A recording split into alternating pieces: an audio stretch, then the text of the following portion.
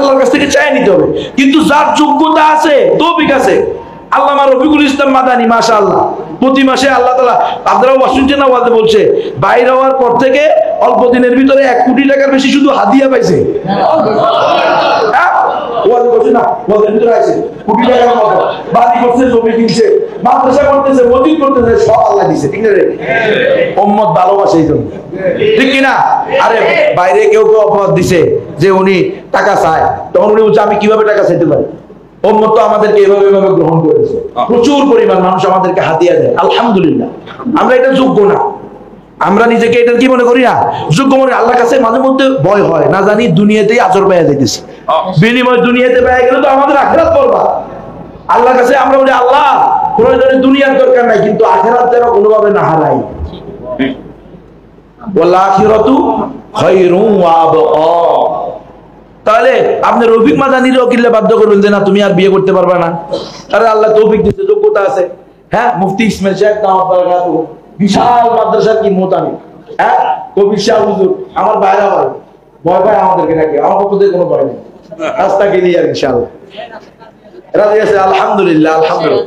হুজুরের বাসা থেকে নাকি রাজি হয়ে গেছে এবং ওনার ওয়াইফই উনাকে বিয়ে করানোর জন্য আলহামদুলিল্লাহ পাত্রী দেখছে, অলরেডি সব ঠিকঠাক, শুধু পাত্রীর মা এখনো রাজি হইতেছে না। আপনারা একটু দোয়া করেন পাত্রীটার মাও যেন রাজি হয়ে যায়। এমন বউ না আসল বউ, এটা বোনা তো, এটা স্বর্ণের টুকরা না। আল্লাহু আকবার। আমরা দোয়া করি আল্লাহ প্রত্যেক ঘরে ঘরে মুফতি ইসমাইল সাহেবের বউয়ের মতো বউ দান করুন, আমাদের বোনেরা আদর্শ হয়ে যাক, ঠিক কিনা? এই আপনারা মনে কিছু নিয়েন না। এই যে মুরব্বী, আপনার বয়স কত? 48 বছর। 48 বছর বয়স, ধরেন 15 বছর থেকে আপনি বুঝমান হয়েছেন, বা আরো আগে 12 বছর, এই পর্যন্ত আপনি একাধিক বিয়ের পক্ষে কয়টা বয়ান শুনছেন? একাধিক বিয়ের পক্ষে, একাধিক বিয়ে করা দরকার, শুনেন না? ঠিক না? দেখেন মুসলমান, দেখেন কি জবাব দিবেন আমাকে সামনে।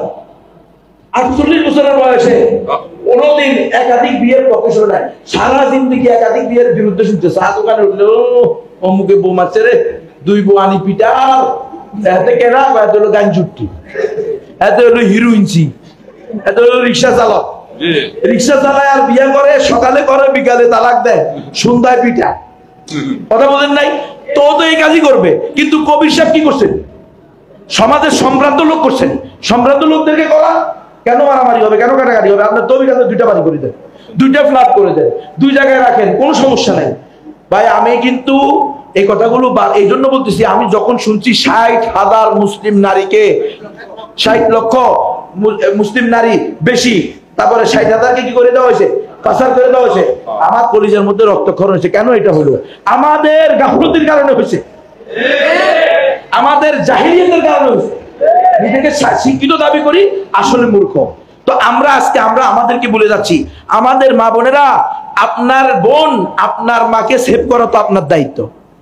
আপনি একে হেফাজত করবেন না, কালকে আমাদের মাঝে আপনি প্রশ্নবিদ্ধ হবেন না যে তুমি তো স্বামী নিয়ে, সংসার নিয়ে, ছেলে মেয়ে নিয়ে ভালো ছিলা, তোমার পাশের মেয়ে, পাশের বোন, সে তো অভাবের তাড়নায় পড়ে দেহ বিক্রির কাজে লাগছে, তোমার সেখানে কি অবদান ছিল?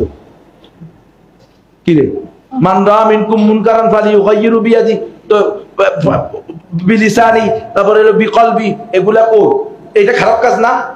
তোমার বোন যে পতিতালয়ে চলে যাচ্ছে, এটা খারাপ কাজ না? তো একে ফিরানোর দায়িত্ব তোমার নাই? তো তুমি কেমনে ফিরাইবা? ফিরাও।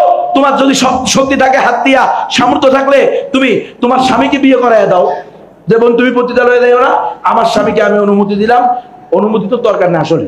এখানে আরেকটা কথা আছে, দ্বিতীয় বিয়ের জন্য প্রথম স্ত্রীর অনুমতি, এটা কোনো জরুরি না, হইলে ভালো। এই কথা বলেন, হইলে ভালো। কারণ বউ খাওয়াবো আমি, আমার বউ খাওয়াবো নাকি? আমার প্রথম স্ত্রী কি দ্বিতীয় স্ত্রীরে খাওয়াবো না? ওর কোনো কিছু কিনে দিব? কিচ্ছু দেওয়া ওর দায়িত্ব না, সব দেওয়া দায়িত্ব কার? তো আমার তৌফিক থাকলে আমি বিয়ে করুম, তৌফিক না থাকলে আমি বিয়ে করব না।